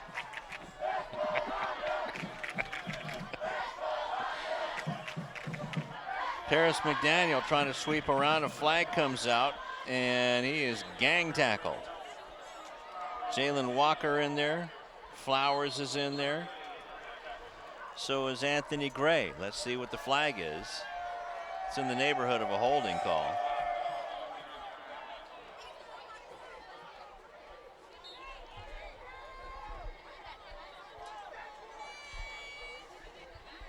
And the answer to what do you think Murray's performance was answered by another baseball philosopher, Thomas Charles Lasorda, that we can't repeat. Tommy Lasorda is 86 years old. Vin Scully is 87. Or as some would say, 86 and 87 years young. Up. That's right. Both as sharp as a tack. Rick Matheson with a serious face on as Jacobo back in punt formation. And we got to get a shot of him and a shot of our camera guy for you to see. I got to tell you, boy, talk about looking like twins. Chucky and Matheson. Chucky and Ricky. Hey. We can write a song on that. There you go, Chucky and Ricky, or Ricky and Chucky. Ricky and Chucky went to, no, never mind. You know it's 42-0 when we start singing. There you go. So the punt goes to the 45-yard line. It'll be 1st and 10 for Lawndale. Another short field for them. And you can do it to the tune of Ricky, Ricky, you're so fine. Ricky, Ricky, you blow my mind. Hey, Ricky. Hey, Chucky. Okay, now we're going to lose viewers real quick. You and I definitely aren't taking that act on the road. No. So Austin Manigo did not get the ball. Oh. No. Now we Or got did a he? flag and a little frustration starting to set in. Officials Rodney. quickly separate them, though. That's right. We heard G. Rodney King say at the top of the broadcast during the coin toss he wasn't going to put up with any of that stuff. Well, and and that's what officials have responsibility for, understanding the game. You just don't show up and go, okay, we've got this team and that team. You already know in the pregame because you've done your homework and you've been around long enough to know that, okay, well, this is a rivalry. You also know the records of the two teams involved, and you are prepared to deal with these type of situations. You hope they don't occur, but if they do, you're ready for it. That was just a little push and shove and no harm done there. But what they want to do is make sure that it doesn't escalate. So we had dueling, unsportsmanlike conducts. And the always offsetting fouls. So no gain for Austin. It'll be 2nd down and 10 from the 45. Austin Manigo still out there for the Cardinals as Ratliff gets the ball.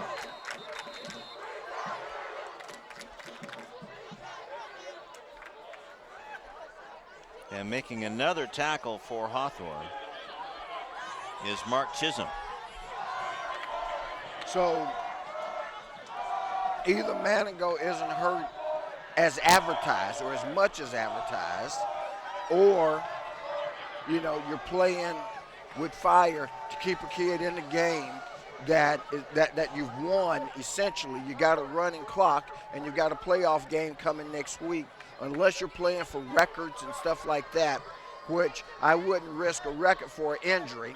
Well, Manigo right there just slipped and did the splits, so Murray had to make an impromptu run for it.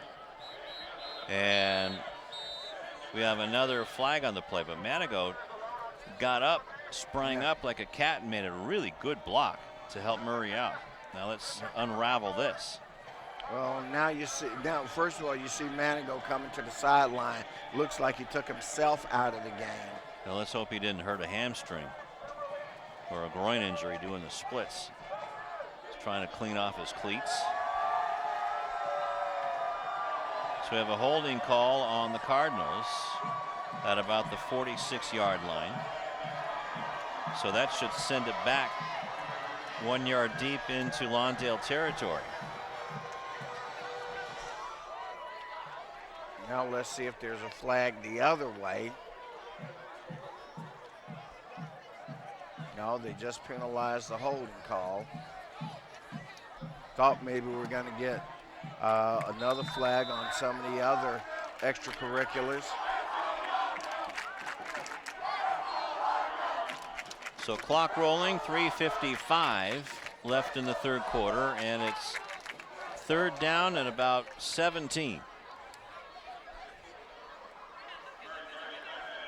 Murray, good protection, throws it on the run, and is it caught? No. And Murray defended took a by pop. McDaniel, and B.J. Perkinson was the intended receiver. And boy, with this running clock, we're now down to 3 minutes change left here in the third quarter. I think both coaches at this point are reticent to use any of their allotted timeouts and would just as soon get this one over with. Marcos Bahena was the Cougar defender who gave Chris Murray a shot, who now puts the ball on his foot. Line drives it, picked up by McDaniel, but the speedy Cardinal special teams defense swarm on him. But McDaniel's still fighting. I like that. I mean, he wanted a chance at a return on a ball that he certainly could have stepped aside, you know, and just let it down itself. Instead, he picks it up because he thinks he's got an opportunity to give this team a spark by maybe getting a good return. Doesn't happen for him, but you got to like the attitude. And Isaiah Webb with the tackle. There you see Coach Pasinger pacing, prowling the Cougar sideline. 2:10 clock running. You know, and as we look at this contest, though, we got to think about how many times, you know, there was a break here and a break there that went against Hawthorne over the course of the season, where their record, I mean, they come in at 3-6, they'll go out 3-7, 1-4 in Ocean League competition.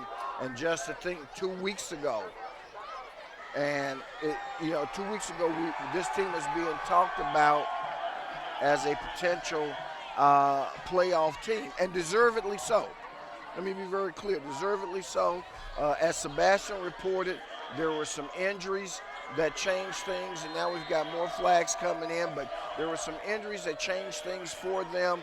A couple of tough losses took them out of the playoff hunt, and at this point, their program can only start to think about next year, and I'm sure Coach Pasinger will start to think about that as well, how he can fill the gaps, how he can get his guys ready for the next campaign. He certainly has, and Chris Renteria, one of these kids, well, actually, he's a senior, trying to get some carries in towards the end of the game. Also, Paris McDaniel, a senior. Personal foul, hit to the head by against Lawndale on that tackle on Chris Renteria. So this is going to be a 15-yarder and a first down. Let's watch the end of the play. And there you see it. It was I'm not a sure. horse collar or a okay. Kind of, what do they call that? A clothesline. Right. Although I think his arm just happened to be out. There was, of course, they don't have to assess for intention. All they have to do is assess for the fact that it occurred.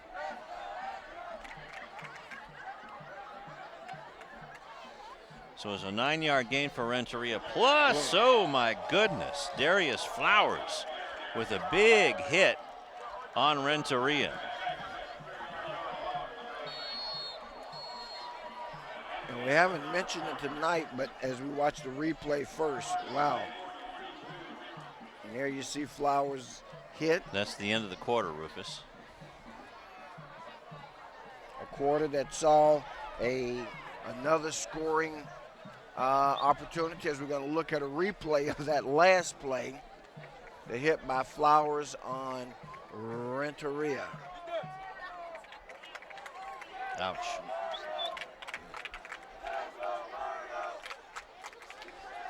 I was about to mention, and I'm sure we'll get a shot of them pretty soon, especially once they're in one of their routines. But the cheer squad tonight, has done an outstanding job, and they're out in full force as well. Yeah, both of them, the Hawthorne and Lawndale. Right. Of course, Hawthorne set the standard, and the Cardinal and the Lusinger Spirit squads have stepped up. They have definitely done that. Also, the band. What about the bands? They've gotten better too. And you can get scholarships to schools. Yep. By for being the in the band. For cheer.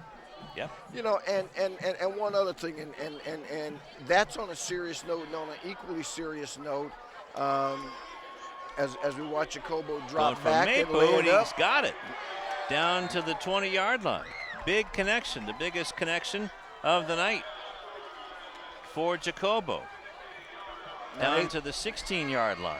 Now, they've been down here before. Let's see if they can cash in this time. If you remember in the first half, boy, they made a stand, a defensive stand, and got the ball back at the 25-yard line and weren't able to cash in. This time they're even better positioned at the 16 and wanting just something to feel good about.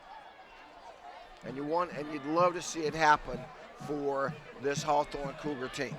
So a 40-yard gain down to the 16-yard line.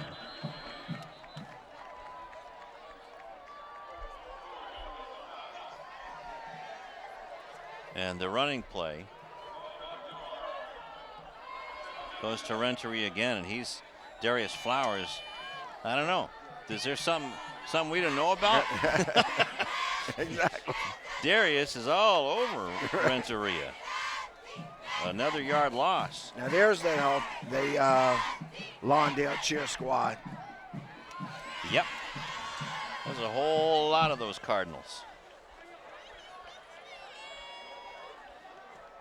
Jacobo back to pass, throws over the middle, and in and out of the hands of Jesse Guerrero. Should have had that one. That was a good route, good play. Keep throwing it. Except this time, throw it in the end zone. Yep. You're that close, you might as well go for it, right? Absolutely. Coming down to 10 minutes left in the ball game. As Coleman gave him a little head slap coming across.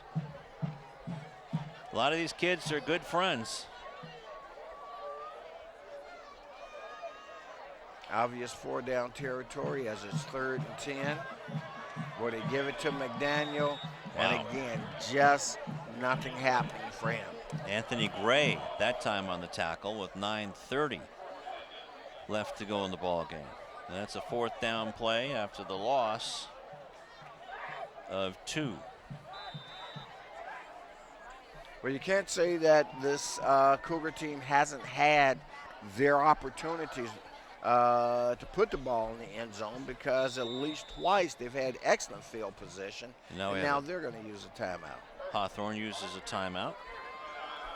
And just to finish the thought that we were talking about when we mentioned the teams, the cheer squad, the bands, I also got to give a lot of credit to the Centinela Valley School District that has invested heavily in improving the facilities at all 3 schools. That's right. Lawndale, Hawthorne, and Lusinger. I mean, they look like brand new campuses when you Lusinger especially.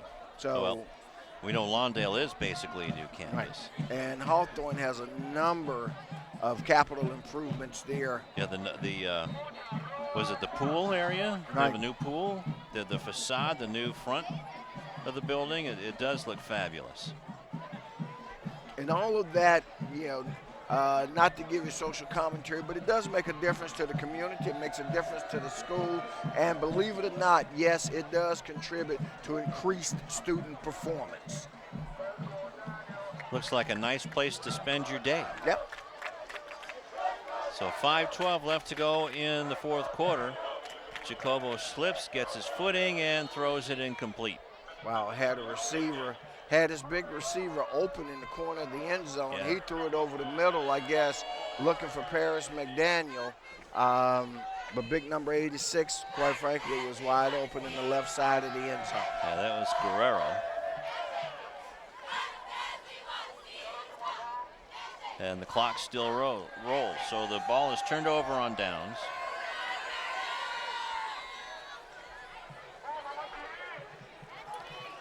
I assume that's 8:35. That's what I see. From the 17-yard line. They'll take over. Also here at the Cardinal Nest, a lot of improved concessions. Ben Wardup and company doing a terrific job. Of course, we know Coach Brownlee is the headmaster of this Cardinal basketball team, but I gotta tell you, Ben Wardup, who chose to give up coaching and move into management. That's right. Yeah. It's a lot less stress, I think. Yeah. I don't know, though. Was a pretty darn good basketball coach himself, though. Yes, he is. During his time over at Hawthorne before he came over here. That's Rick Thiessen there. And in management. So, and it's always good to see him, and he's always good to the CityTV crew. That's right. Probably less hours, less stress. So Jimenez now taking over a running back. And the Cougars smell fresh meat, and they're trying to rip the ball out. Yeah. And they've wisely shut down, or at least I saw him down for a moment, and I presumed out number 7. Austin Manigo? Yep. And yep, there he is right there, right in front of us. Over with Isaiah Torres. With 6:50 clock rolling, left to go in the fourth quarter.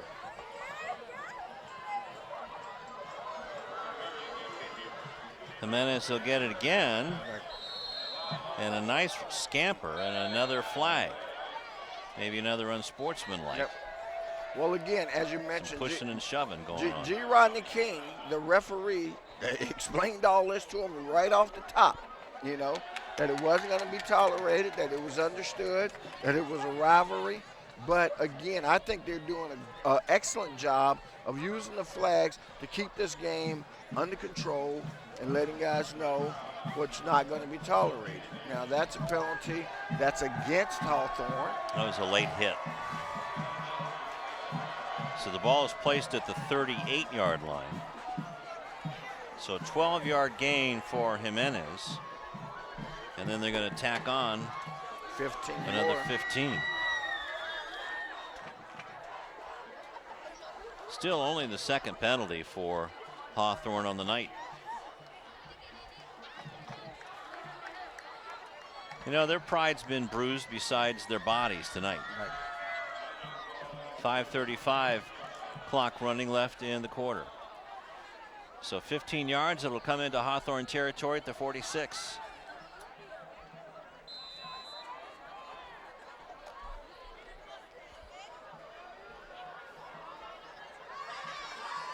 A little bit of a mix-up, and Murray says, okay, I guess I'll take it, and then he took it, that's for sure.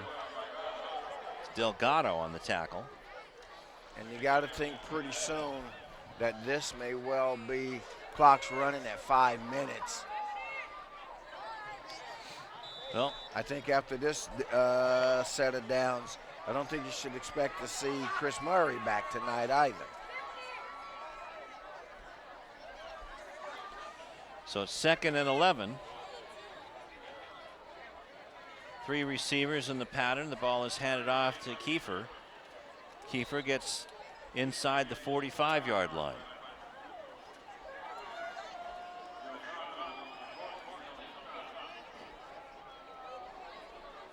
Down to the 44. And Aaron Kiefer is just a sophomore, so we're going to be seeing a lot of him. And the down and distance marker shows that it's 3rd down and about 8.5. Ball is handed off to Jimenez. Look at him go. And he gets inside the 40-yard line, down to about the 39. Picks up a good chunk of it, makes it a 4th and 4.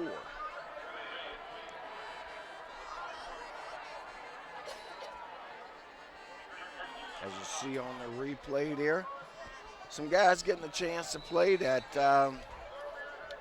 don't ordinarily get this much playing time, and that's good. So a 5-yard gain, and that is Cooksley. My apologies, is Murray. Knuckleball on the kick, gets it to Paris McDaniel. Gets up to the 33-yard line. So I apologize again. That was Kayem Cooksey, number 11 for Lawndale. And so as we wind down the last 3 minutes of the contest, Hawthorne with one more opportunity.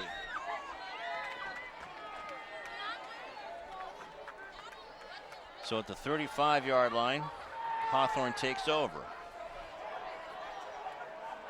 And boy, it looks like as I saw McDaniel go off, Jacobo comes back out on the center.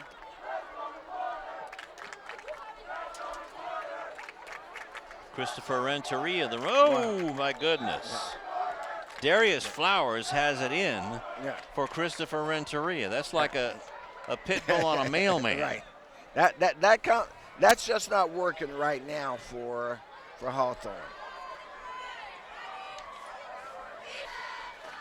So a loss on the play of 4 for Renteria, and trying to get back to the 30-yard line, and this time it's not Renteria, but it's Brandon Toure. All right, and now it's going to be a 3rd and long, so let's try Karen Bright again. Lou Rufus, it was a short practice week for the Hawthorne Cougars. The team did not practice on Monday because they were at the Ellen show to surprise their defensive line coach Gutierrez, who was receiving a gift from Ellen. Coach Gutierrez and his wife have a daughter who's very sick, and Ellen donated $20,000 in a brand new car to the family, and the whole Hawthorne Cougars squad was behind the curtain at the big reveal to celebrate with their coach. Guys, back to you. Uh-oh. And that was Jacobo, kept the ball. Jacobo fooled everybody. He's got a 1st down and is in the Cardinal territory. And that's one way to pull the old switcheroo. Absolutely, and that's a good positive note for them. Of course, it's a matter of too little, too late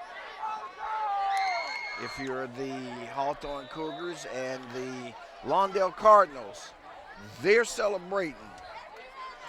As this is going to be owning 2nd place 2014 in the Ocean League and earning the automatic berth. Regardless of what Santa Monica did tonight, Santa Monica is now sitting on the bubble. As we wind down the last 12 seconds, Lou, this one's going in the books, and it's going to be a final, and that final is going to be 42-0, as you can see. And the Lawndale Cardinals are going to the playoffs. They're getting to the playoffs in the Western Division. Congratulations to Rick Mathieson and the Lawndale Cardinals as they are headed to the playoffs representing the Ocean League. Hawthorne Cougars will think about what it could have been without all of those injuries that they got towards the end of the season. The Cardinals improved to 4-1 on the season, and overall 6-4. Hawthorne falls to 1-4 on the season and 3-7 overall. Chris Murray having a whale of a ball game, as did Austin Manigo, and the defense also had a terrific ball game for the Cardinals, controlling both sides of the line. And for the defense, there were some bright spots for the Cougars, especially in Chisholm. Mark Chisholm, the 6'1" sophomore. Also Delgado, Benjamin Delgado, coming back after an injury, the junior, doing a good job on defense as well. And as is their post-game tradition, Coach Mathieson will gather his guys in the end zone near the goal post, and they'll have a celebratory post-mortem. And then hopefully somewhere between Sebastian, Karen, and McCall, we're going to get some interviews. And Egidio, that's right. We can't forget him. Well, we almost got the full house tonight. The only one we're missing is Tammy Latta. And it was a thorough win, probably the best win of the season for the Cardinals. And let's go down to the field. Coach, in your 3rd year with this team, it's your first official winning season. How does it feel to close out the regular season like that? You know, it's nice to see the hard work pay off. The boys been doing a lot of stuff they're not used to doing in the off season, the time in the weight room and the passing leagues, and I told them eventually it would pay off, and they're starting to finally see the fruits of their labor. And the team tonight, it was a decisive win, but they showed a lot of versatility in adjusting to the scheme of the other team, and then also in the shutout. What does that mean moving forward for your guys? It was just nice to be able to do something new on a short time frame and for them to execute. It wasn't perfect, but to be able to put in some new stuff the week of a game, especially one that was a must-win to guarantee that playoff spot, and then to execute and then to have to make the adjustments on the fly to something we haven't seen. It was good. It was good to see them show some football IQ. Well, congratulations and good luck next week. Thank you. Guys, back to you. All right, thank you very much. And the only scoring was Murray with a 1-yard touchdown run. And that was the last score, the only score that was really needed for Lawndale to get the clock rolling and get us out of here. And standing by with Kristen Coleman of the Lawndale Cardinals is Egidio DeLeu. Thank you, guys. On senior night, a blowout against a rivalry, and you guys are in the playoffs. How did it feel? Honestly, it feels pretty amazing. I don't know the last time we won a senior night. And to beat Hawthorne, a crosstown rivalry, and by the way we beat them, it feels pretty good. And it's nice to remember also. Definitely. What's the plan going into the playoffs? What do you guys got to do to continue the season? Well, we all know we haven't been to playoffs 5 years, but we want to keep on making history. And whoever we play in the playoffs, first seed or last seed, we're gonna bring it our all. Thank you. That's the right attitude. Good luck the rest of the way, man. Thanks, appreciate it. Thank you, guys. Back to you. All right, thank you very much, Egidio. 41 yards rushing on 5 carries for Chris Murray and a touchdown. So there were 1 touchdown, 2 touchdown passes, 1 to Walker, 1 to Torres.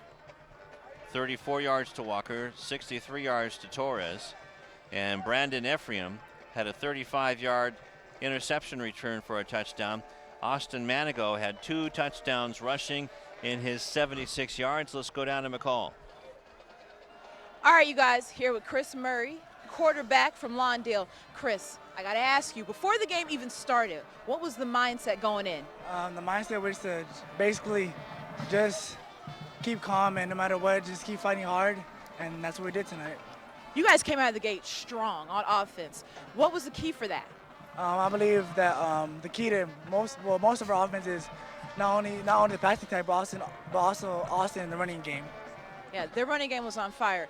Now, as you guys know, last year Lawndale did not make the playoffs, but this year they're in. What does that mean for you, being the starting quarterback, knowing what the team's kind of gone through, and now you guys are going into the playoffs? Tell me about that. I mean, all it took was very hard work in the summer and dedication, and we finally got what we deserved, I feel. And playoff seed is what we need, and anything can happen in the playoffs. Hey, you heard it here first. Anything can happen. Lawndale's going all the way. Back to you guys. Thank you very much, McCall. And we're going to take a timeout and select our player of the game and tip of the hat right after this.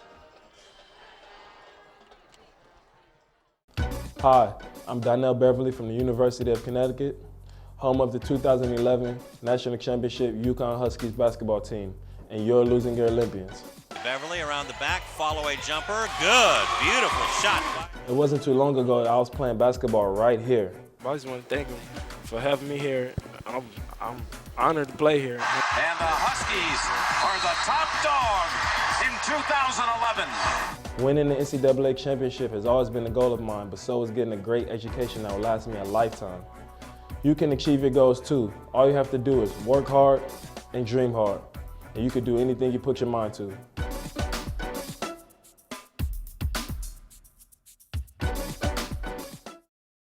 Back here at the Cardinal Nest on senior night, it was a success. 42-0 for Lawndale over the crosstown rival Hawthorne Cougars, I should say. A thorough win for the Cardinals tonight. Coach Rick Mathieson looks like a very, very proud Cardinal coach. Absolutely, and he should be, because his team was hitting on all cylinders tonight. As I say, they scored offensively, defensively, through the air, on the ground, just about every way imaginable. Also earned the opportunity to rest some of his key players in preparation for what is a guaranteed playoff spot in the Western Division as they finish in second place, which is no small feat to a very talented El Segundo Eagles team, and they pushed out of their way another very talented Santa Monica High Vikings team that they beat right here. So they earned every bit of that second place honor, and I think they'll take it with pride, and that'll carry them into the playoffs, into their first round game. And hey, let's hope it works out their way and their fans get a chance to see them, if not next week here at home, then perhaps the following week. That's right. Now it's time for our player of the game and our tip of the hat. And on senior night, the player of the game is Chris Murray, as he was responsible for 3 of the touchdowns scored by the Lawndale Cardinals tonight out of the 5. And Chris Murray had 118 yards passing and 41 yards on the ground. So for Chris Murray, he is our player of the game. And now, Rufus, who is our tip of the hat of the game? A very special tip of the hat award tonight, and this tip of the hat award is going to go to Isaiah Torres. Torres wears number 5 for the Lawndale Cardinals. He had a 63-yard touchdown reception from Chris Murray, and more importantly, his dad, who played around here locally many years ago, has been an ardent fan, not just of his son, but of this Lawndale Cardinal program. And I'm sure he was beaming like all the dads were, but a little bit special. I saw him when they did the senior night walk into the stadium, and he was mighty proud. And I know he gets to leave tonight even prouder with his son's score. And also, Mr. Torres, the fact that your son has earned a Tip of the Hat award for his performance in tonight's contest. All right. Tip of the hat. Got to watch. You got a B on your hat, I think, there. Is that a B there? Yeah, it sure is. There's a B there. Here. What do we do? Here, there you go. There he goes. All right, thank you. Hey, you know what? Because there's nothing like having a bee in your bonnet. That's right. Well, there's a little bit of honey on that tip of the hat tonight. All right. Well, that's definitely going to wrap things up here from the Cardinal Nest. For Rufus Washington and the terrific City TV crew, I'm Lou Stowers telling you once again the final score, 42-0. Cardinals shut out the Hawthorne Cougar on senior night. Until next time, so long.